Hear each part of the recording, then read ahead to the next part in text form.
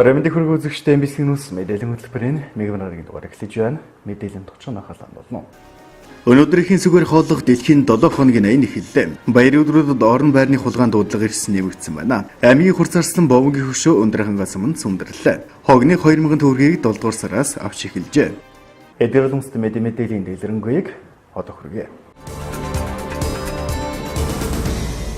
Мэдээлж байна. Эхийн сүгээр хооллохыг уриалсан 7 хоногийн аян өнөөдөр эхэллээ. Жил бүрийн 8 дугаар сарын эхний 7 хоногийг улс орон даяар эхийн сүгээр хооллохыг хүүхэд болон ихэд цаашлаад улс оронд үзүүлэх үр ашгийг сурталчлахад зориулдаг юм а. Эхийн сүгээр хооллохыг уриалсан 7 хоногийн аян өнөөдөр эхэллээ. Жил бүрийн 8 дугаар сарын эхний 7 хоногийг улс орон даяар дэлхийн эхийн сүгээр хооллох өдөр болгон зарлалдаг бөгөөд манай аймгийн эрүүл мэндийн газраас 7 дугаар сарын 1-ээс 10 дугаар сарын 1 хүртэл 3 сарын 81 зарлан сумдын эрүүл мэндийн төвүүдэд чиглэл хөрвүүлэн ажиллаж байгаа юм. Өнөөдөр тус аян нэгслэнтэй холбоотойгоор эрүүл мэндийн газраас эмч нарыг чадваржуулсан сургалтын нэгэн эмнэлэгтэр зохион байгууллаа. Эхийн сүг бол хүүхдийн анхны дархлаажуулалт, цорын ганц төгс зохицол бүхий хоолт хичээл юм. Эхийн сүгээр хооллох нь хүүхдийн оюун ухааны хөгжлийг дэмжих бөгөөд оюуны итгэл зүйр буюу IQ-г төр 3-аас 4 оноогоор дээшлүүлдэг гэнэ. Эхийн сүгээр хооллолт улс орны эдийн засаг шууд болон дам нөлөөтэй. Хүүхдийг эхийн сүгээр хооллосноор хүүхдийн өвчлөл багасч улмаар тухайн улсын эрүүл мэндийн зардлыг бууруулах, мөн эхчүүдийн ажил эрхлэлтийг нэмэгдүүлэх зэргээр үндэсний хөгжил цэцгэлэн чухал ач холбогдолтойг мэргэжилтнүүд хэлж байна. Өнөөдөр болохоор хөхөр хоолтын 7 хоногийн аян өнөөдрөөс эхэлж байгаа. Энэ болохоор манай Улаанбаатар дээр эрүүл мэндийн яамны харьяа нийгмийн эрүүлийн үндэсний төвөөс зохион байгуулагдаж байгаа. За манай Увс аймагт болохоор хүүхдийн хөхөр хоолтын талаар болохоор 3 сарын аян зарласан байгаа. 7 сарын 1-ээс 10 сарын 1-ний хооронд. За үүнтэй холбоотойгоор эцэгчүүдэд ямар зөвлөмж өгөх вэ гэхээр хөхөр хоол болж өгвөл хүүхдээ 6 сар хүртэл хөхөр хооллохоор ямар давуу талтай вэ гэхээр халдвар төвчнөөс сэргийлнэ. Хүүхдийн маань ямар нэгэн дахлаажуулалт маань давхар сайжирна. Энэ тал дээр та бүхэн сайн анхаарад цаашдаа хөхөр хооллохыг дэмжиж яваарай. Хүүхдээ эхийн сүгээр хооллох нь дангаас ээжүүдийн ажил биш юм. Эрүүл мэндийн мэргэжилтнүүд, гэр бүлийн гишүүд, ажил олгогчид, цаашдаа бодлого тодорхойлогчид эхийн сүгээр хоолтыг дэмждэг урам зориг өгдөг байх хэрэгтэй. Эхийн сүгээр хоолтын үр өгөөжийг хүүхэд төдийгүй улс орнууд хүртэхийн тулд төрийн болон төрийн бус байгууллагууд, ихтэй сургууль, судалгааны хүрээлэн, бусад түнш байгууллагууд бүгд нэгдэн хамтдаа ажиллах шаардлагатай байна. Ингэхдээ эхийн сүгээр хоолтыг дэмжих улс төр, санхүү, хууль эрх зүй, олон нийтийн нөөц бололцоог дайчилж чадвал ээжүүд, хүүхдүүд цаашлаад нийгэм тэр чигтээ үр өгөөжийг хүртэх чухал ач холбогдолтой юм а. Дараагийн мэдээ. Ханхын тахилга баран бүсийн их хордох 2017 баяр наадам 7 дугаар сарын 26-наас 30-ны өдрүүдэд болсон. Иргэд баяр наадам руу явсантай холбоотойгоор энэ өдрүүдэд цагдийн газрын 102 утсанд орон байрны хулгайн дуудлага эрс нэмэгдсэн байна. Өндөр хангаас өмнө ханхын тахилга баран бүсийн дан шиг наадам 7 дугаар сарын 26-наас 30-ны өдрүүдэд болж өнгөрсөн. Энэхүү баярыг хүн бүр үзэж сонирхохоор өндөр хангаас өмнө зорьсон энэхүү айл эзгүүчсэн орон байрны хулгай эрс нэмэгдэжээ. 5 өдрийн хугацаанд цагдийн газрын 102 утсанд ирсэн дуудлагын ихэнх нь айлын гэрлөө орж эд зүйл сулгаас нь архитан согтурч бусдын амгалан тайван байдал алдагдуулсан их дуудлагууд ирсэн байна. Ховд сумдал ихэд 10 айлын гэрт хулгайрсныг цагдийн газар шалгаж байгаа юм байна. Үүнтэй холбоотойгоор цагдийн газраас иргэдэд сэрэмжлүүлэх мэдээ хүргэж байна. За өнгөрсөн баяр наадмын өдрүүд буюу ханхын уулын тахилга, за Увс хурд 2017 дан шиг наадмын энэ эдгээр өдрүүдийн одоо цагдийн байгууллагад ирсэн гэмт хэрэг зөрчлийн талаарх нөхцөл байдлын мэдээг бас иргэдэд анхааруулж хэлье гэж бодож байна. За өнгөрсөн хоногудад нийт 4-5 хоногийн хугацаанд цагдийн газарт нийт 18 гомдол мэдээлэл бүртгэгдсэн байна. За эдгээрээс ер нь бол дийлэнх нь дандаа согтуугаар бусдын амгалан тайван байдал алдагдуулах, за мөн одоо эзэмгүй одоо айл өрхүүдээр орсон орон байрны хулгайн гэмт хэрэг одоо зонглох одоо дуудлага мэдээллийг эзэлсэн байна. Тэгэхээр энэ дээр хамгийн их одоо анхаарал татаж байгаа одоо дуудлага мэдээлэл гэвэл иргэд маань одоо маш их баярын үйл ажиллагаанд хамрагдаж тийм ээ одоо баярлаж байгаатай холбоотойгоор одоо гэр орно артаал одоо эд хөрөнгө эзэмгүй орхих тийм ээ цааш цаваа одоо баттай биш сайн одоо цааш баглаагүй цонх одоо цонхнуудаа сайн бэхлээгүйгээс үүдэлтэйгээр тийм ээ орон байранд за гэрд одоо нэвтэрч бусдын эд хөрөнгө хулгайлах гэсэн гэмт хэрэг нэлээдгүй хувийг эзэлж байна. За тэгээд энэ хулгайн гэмт хэргийн одоо хулгайн гэмт хэрэгтэй холбоотой энэ гомдол мэдээллийг шалгах явцад ховд суманд одоо үйлдэгдсэн хулгайн гэмт хэргийн үйлдэл маань 10 болж өссөн байгаа. Тэгэхээр нийлээд хов цомд баг 10 айлын гэрт одоо хулгай орш одоо эд хөрөнгө алдсан, бусдад алдсан ийм одоо гомдол мэдээл ирсэн байна. За наран булаг суманд бас бусдын одоо тийм ээ байшинд нэвтэрч эзүүлийн хулгайсан гэсэн одоо гэмтэрэг бүртгэгдсэн. За мөн одоо улаан гом сумын 3 дугаар агт бас энэ хулгайн гэмтэрэг үйлдэгдсэн байна. За мөн олон нийтийн газар буюу худалдааны газруудаараа явж байхдаа эзүүл орхиж гээгдүүлсэн. За эзүүлээ гээгдүүлсэн гэсэн ийм одоо гомдол мэдээлэл бас бүртгэгдсэн байна. Ингээд ирэхээр одоо иргэдэд анхааруулж хэлэх хамгийн гол зүйл маань одоо бусдад одоо эзүүлээ хулгайд алдгаас сэрэмжлээч. Одоо эзүүлд одоо 50 хараа хяналтаа сайжруулаач. За амбар сав одоо гэр хорныхаа цоо цуурхыг цоожийг одоо сайн бэхлээтэй болгооч. За болж л өгвөл одоо гэр оронгоо эзэнгүй орхихгүй байхыг бас иргэдэд анхааруулж хэлж байна. За мөн дараагийнх нь нэг зүйл нь болохоор нийт одоо дуудлага мэдээллийн зохилог хувийг эзэлж байгаа. Согтуугаар бусдын амгалан тайван байдлаа алдагдуулах, согтуугаар одоо бусдыг хил амаар доромжлох гэсэн ийм одоо гомдол мэдээлүүд зохилог хувийг эзэлсэн. Согтууруулахын даны зүйлийг хэрэглэхдээ одоо зөв зохистой хэрэглэхийг бас иргэдэд анхааруулж хэлж байна. За хэрэглэсэн ч одоо бусдад одоо тийм ээ халдахгүй, бусдыг одоо хил амаараа гутаан доромжлохгүй, бусдыг одоо зодохгүй, айлган сүрдүүлэхгүй байх тийм ээ. Энэ тал дээр бас анхааруулж хэлж байна. За шинээр одоо мөрдөгдөж эхэлсэн зөрчлийн тухай хууль эрүүгийн хуулиараа ч гэсэн одоо согтууруулахын дагаар ундааны зүйл хэрэгэлсэн үед бусдыг айлган сүрдүүлэх, занал хил амаар доромжлох энэ одоо зүйл ангуудад шалгагдж байгаа иргэдийн маань торгуул шийтгэлийн хэмжээ маань өндөрсөн байгаа. Одоо иргэд маань ирээд одоо арга хэмжээ тооцоолсныхаа дараа л одоо гэмшиж ухаамсарладаг. За эннээсээ өмнө өөрсдийнхээ үйлдэл бас тодорхой хэмжээний цензурыг тавьж тийм ээ байгаасаа гэдгийг бас цагдаагийн байгууллагаас анхааруулж хэлж байна. Мөн цагдаагийн газрын 102 утсанд бага насны хүүхэд хүчин төхөж завдсан, тасарч хөлжүрсэн үедээ хамаг хувцас тайцсан гэх зэрэг өмнө нь бүртгэгдэж байгаагүй гаж гэмээр дуулахууд нэмэгдэжээ. Тиймээс иргэд баярлаж зугаалсан гэхдээ биеэ удирдан явах чадвартай арх согтууруулах хундаа соёлтой хэрэглэхийг цагдаагийн газраас анхаарууллаа.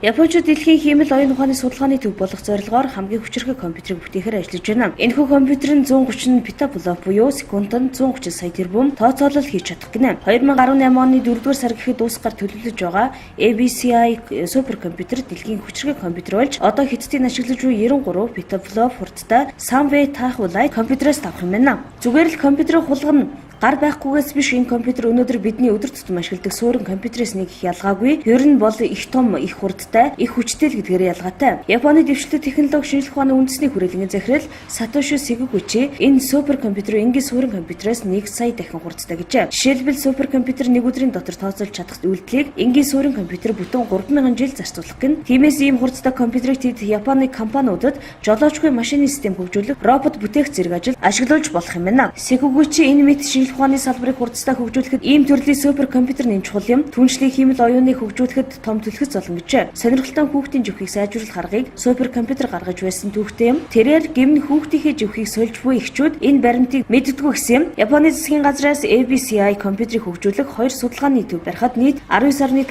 тэрбум йен буюу 173 сая $тай тэнцэх хэмжээний хөрөнгө оруулжээ. Ингэснээр Японы компаниуд суперкомпьютер ашиглахын тулд гадны компаниудад мөнгө төлөхийн оронд их орондоо хөрөнгө оруулдаг болон гэж үзэж байгаа юм. 2011 онд Японууд дэлхийн хамгийн хүчирхэг 10 петаблок хурдтай K суперкомпьютерийг танилцуулж байсан боловч хагас жилийн дотор Америк Хятадын суперкомпьютерүүд гүйцэгдсэн юм. Гэхдээ одоо суперкомпьютерийн хурдаар өрсөлдөхөөс илүүтэйгээр бүтээсэн компьютер ямар үйлдэл хийж чадхаар өрсөлдөх цаг ирсэн гэж Сикугичи хэлжээ.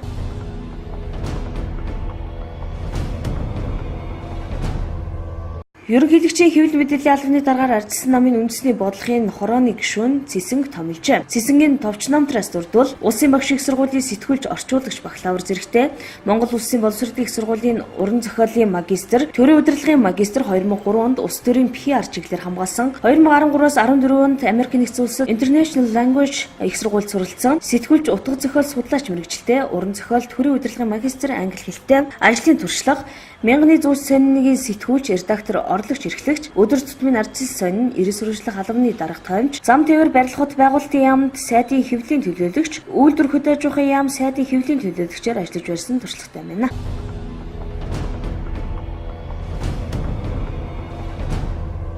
Монгол банкны ерөнхийлөгчийн 2008 оны 446 дугаар тушаалаар ипотекийн зээлийн үйл ажиллагааны журмыг баталсан. Гэвч өнөөгийн цаг үедээ нийцэхгүй болсон зарим зохицуултыг шинжилэн хит наривчсан залтуудыг өөрчилж банкуудын орон сууцны ипотекийн зээлийн үйл ажиллагааг зохистой аргачлалаар хангах зорилгоор журмын шинжилсэн найруулгын төслийг боловсруулжээ. Захиргааны ерөнхий хуулийн 62-ийн 1 дэх залтын дагуу олон нийтээс санал авах зорилгоор орон сууцны ипотекийн зээлийн үйл ажиллагааны журмын төслийг Төв банк танилцууллаа. Хамгийн сүүлд оруулсан өөрчлөлтөөр иргэн өрсөлдөхөд 30% төлбөрөө хаанаас ямар их усүрээс бүрдүүлснээ арилжааны банкудад заавал тайлбарлах үүргийг хүчингүй болгосон байна.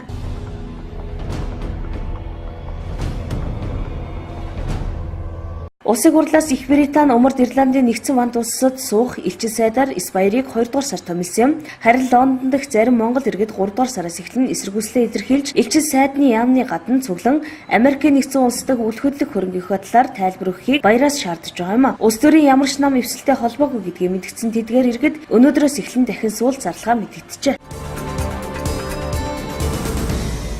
Дараагийн мэдээ Бүгд Монгол Ард улсын улсын хурлын депутат аймгийн хур зарцлан Бовны хөшөө төрлөг нутаг буюу өндөр хангаас өмнө сүндэрлээ.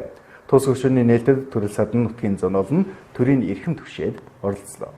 Аймгийн хур зарцлан Бовн 1905 он Засагтхааны аймгийн Ханхүү уулын одоогийн өндөр хангаас өмнө Пүнцэг намжлын 2 дахь үе болон мэндэлжээ. Тэрээр бага наснаас ээж автагаа мал малдаж байгаад үе тэнгийнхэнтэйгээ нуцалтаж бүхийн гараага эхэлж байсан бөгөөд даншиг наадмуудад хүч үзэс нэлээд амжилттай барилдаж байсан түүхтэй мэнэ. Түүхэн түүнийг улсад 2 удаа зодоглож 2-оос 3 давж байсныг ихсрүүлж тэмдэглэжээ. Түүний дурсгал зориулан Ханхүү уулын тахилга наадмын үеэр хөшөөг нь төрлөх суманд нь сүндэрлүүлсэн байна. За улс аймгийн өндөр хангаас өмнө хараад бүгд найрамд Монгол улсын ардын хурлын депутат бүгд найрамд Монгол улсын ударник аймгийн хур зарцлан Пүнцэг намжлын Бовн Арслангийн хөшөөг одоо өр хөөхд ач учнараас улс аймгийн өндөр хангаас өмнө нээж байна. Одоо ингээд манай улс аймгийн өндөр хангаас өмнө хараад аймгийн хур зарцлан Бовнгоо бол бас манай ханхүүхийн нэр түвшнүүдийн нэг байсан. Манай бас Бовнгонд дүүн бол одоо Монгол улсын нач бүгд найрамд Монгол улсын нач Пүнцэг намжлын Цэдэн Балжир гэдэг бүх байсан. Одоо тэгээд өр хөөхдөд энэ хөшөө нээж байна.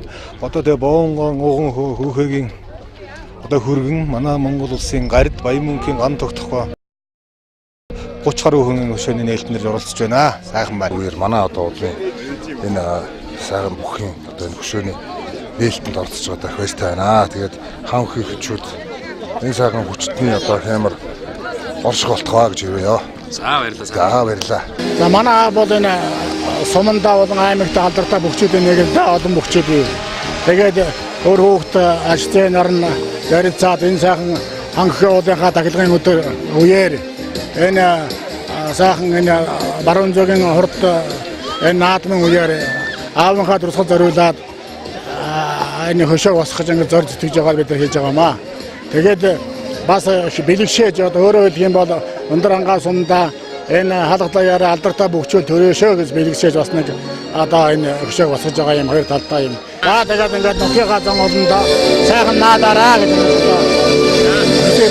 өнөөдөр энэ улс аймгийн өндөр хангаас өмнө энэ аймгийн хур зарцлан Бовн гэж хүний хөшөө тусгалыг ингээд үр хөвгтүүд ачцсан нар ингээд сэтгэл гаргаж бүтээгээд энэ орон нутагт нь босгож байгаамаа. Тэгээд ингээд бид бүгдээр ингээд ах дүүгээрээ төрөл төрөсдөрөө үр хөвгтүүд ачцсан нар бүгдээрээ одоо ингээд өвөөгийнхаа дурсгалд ингээд хөшөө босгож байгаад их баяртай байна. Нутгийн зан олонд бүгдэнд ах дүүнэрийнхээ өмнөөс энэ нутгийнхаа зан олонд эрүүл хамгийн сайн сайхныг хүсэж байна. За Цэрэнгут Эрдэнэс гэдэг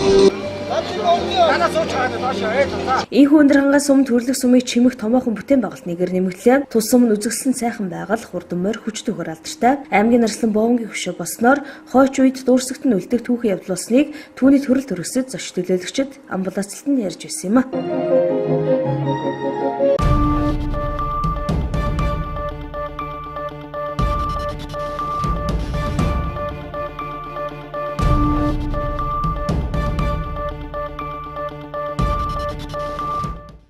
Дараагийн мэдээ өнгөрсөн 6 дугаар сард Улаан сумын иргэдийн төлөөлөгчдийн хурлаар хогны төлбөрийг 2000 болох шийдвэрийг гаргаж Улаан сумын удирдлагууд элемент компанид үйл ажиллагаагаа сайжруулах чиглэлийг өгсөн байдаг. Тэгвэл шийдвэр 6 сард гарсан ч хогны 2000 төгрөгийг 7 сараас хураан авч эхэлсэн байна. Энэ талаараа Улаан сумын засаг дарга мэдээлэл хийснийг тодруулгуулангаараа хүргэж байна. За элемент компани Улаанбаатарын хогон дээр ажиллаад явж байгаа. Энэ дэр иргэд бүгдээрээ мэдж байгаа. Тэгээд хаврын Улаан сумын иргэдийн төслийн хуралдаанаар айл өрхөөс авах хогны хураамжийг 2000 төгрөг болгосон. Энэтэй холбоотой элемент компани шинжилсэн гэрээгээ өчигдөр миний гар дээр авчиж өглөө. Энэ гэрээ маань хийгдээс хойш үргэлжилж явна. 6 сараа бол 1000 төгрөгөөр орогдсон байгаа. 7 сарын 1-ээс эхлээд хогны хураамж 2000 төгрөгөөр болж явж байгаа. Энэтэй холбогдуулаад бид нэр элемент компанитай тохирсон зүйлүүдийг гэрээндээ тусах зүйлүүдийг бол шинжилгээ хийж бодож байгаа. Мөнгө нэмэгдснээр бол хогны авах нь бол ойртох хэвээр. Дээр нь аюултай хог хаягдлыг нэг зүйлүүд байгаа. Эмнэлгийн хог хаягдлаас эхлээд энэ маань ерөөсөө хяналтгүй явагдаад байгаа. Энийг бол одоо маш хяналттай дүрм журмын дагуу хийх ёстой гэсэн шаардлагыг тавьж байгаа. Хоёрдугаарт нь хогныхаа үйлдвэрээ бариач. Яг үнцэр саваа тусны ялгах саваа авдаг, шилээ ялгадаг энэ асуудал бариач гэсэн ийм л шаардлагуудыг тавьж ажиллаж байгаа. Дээр нь бол орон сууцны хогийг бас элемент компани руу өгөх шаардлагатай байгаа. Энэний талаар бас судалгаа хийж хоёр талаас харилцан тохирсон юм дээр хийх байх. Элемент компани удирдлагууд бол ерөнхийдөө бас дахиад машины нэмий явах чийхлийн бол ойртуулъя гэсэн юм урдчилсан ам тохирлоонд байгаа. Тэгтээ гэрэн дээр энийг бас сайн тусгаж байна. Ард иргэд маань юуг анхаарах вэ гэвэл яг хуваарийн дагуу одоо хогоо гадна гудамжинд гаргаж тавьяач. Урдчилсан гаргаж тавиад нохой шүүх цацдаг байдлыг бол олон нийтийн телевизээс олнуудаа ярьж байгаа. Энийг ч гэсэн бас иргэд өөрсдөө анхаараач гэж хэлмээр байна. Хоёрдугаарт нь элемент компанийхэнд бол тэр хог ашиг машин дээрээ тохиол тавьж явахгүй бол айл гэрт хүн байхгүй байна. Энэ дээр бас тохиолгүй явж ийн гэсэн гомдлууд гарч байгаа. Энд элемент компанийн удирдлагууд бас хэлсэн байгаа. Өнөөдрийн байдлын хогны асуудал ийм байна. Ер нь ногоон байгууламжийн асуудал бол түнийн хүнд байна. Ногоон байгууламжээр энэ жил өвчний ургац муутагаас холбоотой энэ ойрхон байгаа ойролцоогоо айлууд нөхрүүд их орж ирж байна. Ер нь одоо өдөрт жоохон ургасан цэцэг юм бол таслаад идэж байна. Энэ дээр бол ард иргэд бас энэ малаа хамгааламжтай хариулах ёстой байлгаач гэж хэлмээр байна. Манай хүмүүсээс бол бас нэгдсэн тасалбаргүй энэ мөнгө хурааж энэ төр гэсэн гомдлууд гарсан. Энийг бол хотогсолох үйлчлэгийн газрын удирдлага энэ хэлж яриад энэ одоо нерв дээрээс нь тасалбартаа энэ хураамжийг авч явж байгаа юм байлээ. Ер нь хураамж авч бид нар эднэрийг торгож гаргахаас гадна иргэд өөрсдөө энэ малаа хамгааламжтай байлгуулах боломжийн зохистой байна л гэдгийг хэлэх шаардлагатай.